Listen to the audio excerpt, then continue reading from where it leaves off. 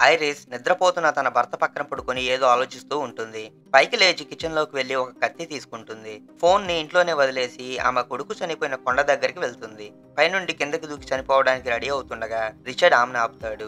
మాట కలుపుదామని చనిపోయిన కొడుకు గురించి అడుగుతాడు. ఐరిస్ ఏమీ మాట్లాడకపోవడంతో రిచర్డ్ జోక్‌గా "దూకితే దూకావు, కనీసం నీ పేరైనా చెప్పు" అంటాడు. అయినా ఐరిస్ ఏం మాట్లాడదు.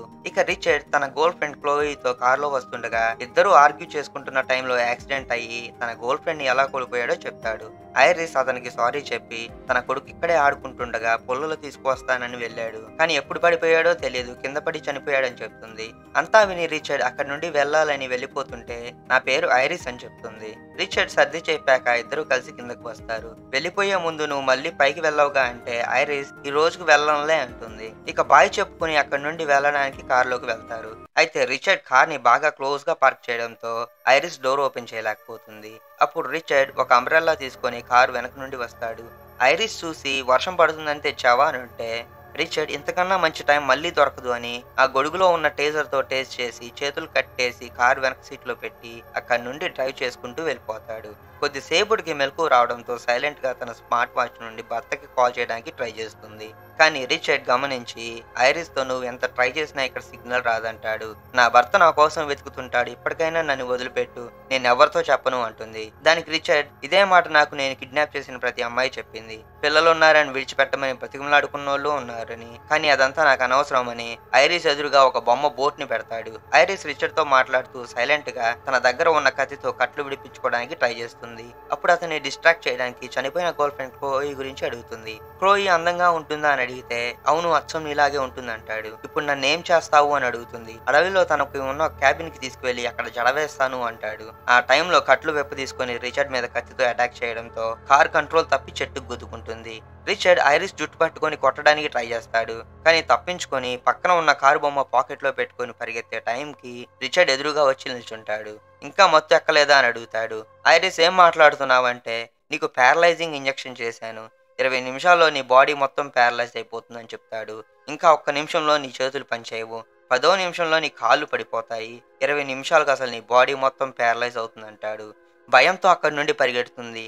కానీ కంగారులో కత్తి పారేసుకుంటుంది. కొద్దిసేపటికి చేతి వేళ్లతో లెక్క పెట్టడానికి ట్రై చేస్తే లెక్క పెట్టలేకపోతుంది. వాచ్ లో టైమర్ ని 20 నిమిషాలకు సెట్ చేసుకుని మళ్ళీ పరిగెత్తడం స్టార్ట్ చేస్తుంది. 10 నిమిషాలకి లెగ్స్ ప్యారలైజ్ అవ్వడంతో చెట్టు త్వరలో పడుకొని దాక్కుంటుంది. అప్పుడే రిచర్డ్ కూడా ఐరిస్ ని వెతుక్కుంటూ అక్కడికి వస్తాడు. కానీ చెట్ల మధ్య ఉన్న ఎర్ర చీమలు మొహం మీద ఎక్కి కుడుతుంటాయి. నొప్పి భరించలేక అరవడంతో రిచర్డ్ ఐరిస్ ని చూస్తాడు. కానీ ఎలాగలో పాక్కుంటూ ఒక కాలువలో పడి అందులో తేలుకుంటూ దూరంగా ఉన్న ఒక ఇంటి లాన్ లో పడుతుంది.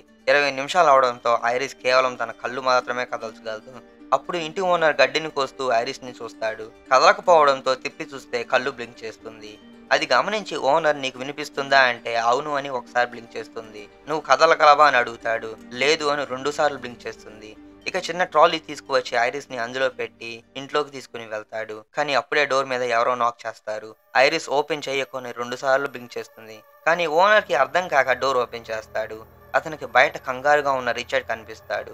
నువ్వు నా భార్యను చూసావా, పొట్టిగా అందంగా ఉంటుంది, ఇంటికి వెళ్తుండగా యాక్సిడెంట్ అయ్యింది, తర్వాత కనిపించలేదు అంటాడు. ముసలోడికి డౌట్ వచ్చి హెల్ప్ కోసం కాల్ చేస్తానని చెప్పి డోర్ క్లోజ్ చేస్తాడు. కానీ రిచర్డ్ కూడా సైలెంట్ గా ఇంట్లోకి వచ్చి లోపల ఉన్న ట్రాలీని చూస్తాడు. ఓనర్ కి కోపం వచ్చి ఇంట్లో నుండి వెళ్ళిపో, లేకపోతే నేను పోలీసుకి ఫోన్ చేస్తానంటాడు. రిచర్డ్ పిలువు, నా భార్య కనిపించడం లేదు, నాకు భయం లేదంటాడు. ఇక ముసలోడు కూడా రిచర్డ్ ఎదురుగా కూర్చొని నీ పేరేంటి, నీ భార్య ఎవరు అని క్వశ్చన్ చేస్తాడు. రిచర్డ్ నా భార్య పేరు క్లోయి, నా పేరు ఆండ్రూ, మేము కారులో ఉండగా ఒకరి మీద ఒకరు అరుచుకోవడంతో కోపంతో స్పీడ్ గా వెళ్లి యాక్సిడెంట్ చేసింది, ఆ తర్వాత లేచి చూస్తే అక్కడ లేదు, అందుకే వెతుక్కుంటా వచ్చా అంటాడు. ఇదంతా కూడా ఐరిస్ రిచర్డ్ కూర్చున్న సోఫా వెనక పడుకొని వింటూ ఉంటుంది. ఇంతలో రిచర్డ్ పాకెట్ లో ఫోన్ వైబ్రేట్ అవ్వడంతో ఓనర్ కి డౌట్ వస్తుంది. రిచర్డ్ వెంటనే పైకి లేచి అసలు అది ఎక్కడుంది అంటాడు. ఓనర్ భయంతో గార్డెన్ లో ఉన్న షెడ్ లో ఉంది అంటాడు. అతని దగ్గర ఉన్న ఫోన్ తీసుకొని బయటకు వెళ్లే టైంలో రిచర్డ్ ని గట్టిగా తోసేసి 911 కి ఫోన్ చేస్తాడు. రిచర్డ్ ఆ టైంలో కత్తి తీసుకొని ఓనర్ ని చంపేస్తాడు. ఐరిస్ ఎక్కడా కనిపించకపోవడంతో పెట్రోల్ పోసి ఇంటితో పాటు ఓనర్ ని కూడా తగలబెట్టేస్తాడు. అక్కడి నుండి వెళ్లిపోయే టైంకి ఐరిస్ తనను తాను కాపాడుకోవడం కోసం బ్లైండ్స్ ని కదిలించడంతో రిచర్డ్ చూసి వెంటనే లోపలికి వెళ్లి ఐరిస్ ని ఎత్తుకొని తీసుకొచ్చి కారులో ఎడుకోబెడతాడు. నేను ఇంతవరకు ఎప్పుడు మగవాళ్ళని చంపలేదని, చూడు నువ్వు నా చేత ఏం చేయించావు అని అరిసి మళ్ళీ ప్రతిదానికి ఫస్ట్ టైం ఉంటుందిలే అని నవ్వుతాడు. కరెక్ట్ గా అదే టైంలో రిచర్డ్ కి అతని కూతురు నుండి ఫోన్ వస్తుంది. నాకు మంచి మార్క్స్ వచ్చాయి. అందుకని నేను అమ్మ క్యాబిన్‌కి వస్తున్నాం అంటుంది. భయంతో అమ్మకి ఫోన్ ఇవ్వమంటాడు. అతని భార్య అవును. నువ్వు ఎప్పుడూ ఒక్కడివే వెళ్తున్నావు. నీ డాక్టర్ వెళ్ళాలి అంటే సరే అంటాడు. చూస్తే కారులో పెట్రోల్ అయిపోవస్తుండటంతో ఐరిస్ తల మీద ఒక క్యాప్ పెట్టి గ్యాస్ స్టేషన్‌కి వెళ్తాడు.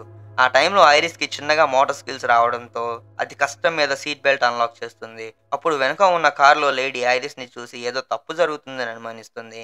కానీ రిచర్డ్ వచ్చి యాక్సిడెంట్ అయిన ప్లేస్‌కి తీసుకువెళ్తాడు. అక్కడ బట్టలు మార్చుకొని ముసలోడి ట్రక్‌లో ఉన్న టూల్స్‌తో కార్‌ని ఫిక్స్ చేయడానికి ట్రై చేస్తుంటాడు. కరెక్ట్‌గా అప్పుడే ఒక పోలీస్ ఆఫీసర్ అటుగా వెళ్తూ ఆగి ఏమైందని అడుగుతాడు.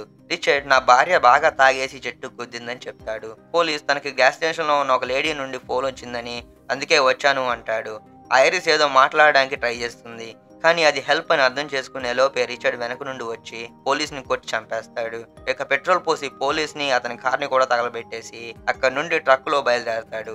ఐరిస్ రిచర్డ్‌తో నువ్వు నీ గర్ల్ ఫ్రెండ్ చనిపోయి 2 నెలలు బెడ్ మీద ఉన్నందుకు పిచ్చెక్కిలా చేస్తున్నావా అంటే రిచర్డ్ వెంటనే కారు ఆపి లేదు నా గర్ల్ ఫ్రెండ్ నా ముందు చనిపోతున్నప్పుడు నాకు క్లారిటీ వచ్చిందని, అంతేకాక నా గర్ల్ ఫ్రెండ్ చనిపోతున్నప్పుడు నాకు ఆనందం కలిగిందని చెప్తాడు.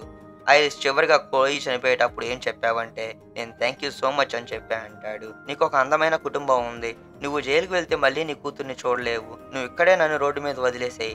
నేను ఎవరితో ఏం చెప్పను అంటుంది. రిచర్డ్ కోపంగా లేదు ప్లాన్స్ చేంజ్ అయ్యాయి అని ఒక లేక్ దగ్గరకు కార్ తీసుకువెళ్తాడు. అక్కడ రిచర్డ్ ని సిరంజ్ తో పొడుస్తుంది. కానీ ఇంకా ఫింగర్స్ పని చేయకపోవడంతో ఇంజెక్ట్ చేయలేకపోతుంది. రిచర్డ్ నవ్వి నీకు ఇంకా మోటార్ స్కిల్స్ అన్ని తిరిగి రాలేదంటాడు. అసలు ఇదంతా ఎందుకు చేస్తున్నావు? నా అంతటి నేనే చనిపోతుంటే నువ్వే ఆపావు అంటుంది. రిచర్డ్ నాకు బ్రతుకు మీద ఆశ కల్పించి మళ్ళీ దాన్ని నాశనం చేయడం ఇష్టం అంటాడు. చేతులు కట్టేసి కత్తి తీసుకుని బోట్ మీద లేక్ లోకి వెళ్తాడు. అప్పుడు ఐరిస్ అతని దగ్గర ఉన్న గన్ తీసుకుని షూట్ చేస్తుంది. కానీ అన్నీ మిస్ అవడంతో నవ్వుతాడు. అప్పుడు దగ్గరకు వచ్చి లేక్ లో పడైపోతుంటే కత్తి తీసుకొని మెడ మీద పొడుస్తుంది. రిచర్డ్ నీళ్లలో పడిపోతాడు. కానీ బోట్ ని షూట్ చేయడంతో బోట్ లోకి వాటర్ స్పీడ్ గా వస్తాయి. బోట్ తో పాటే ఐరిస్ కూడా మునిగిపోతుంది. మళ్ళీ ఎలోకలా ఈదుకుంటూ బయటపడుతుంది. అప్పుడు రిచర్డ్ కూడా బయటపడటం చూసి అతని దగ్గరికి వెళ్లి నాకు బ్రతుకు మీద ఆశ కల్పించినందుకు థ్యాంక్ యూ సో మచ్ అని చెప్పి రిచర్డ్ చచ్చాక అక్కడి నుండి వెళ్ళిపోతుంది. Thanks for watching.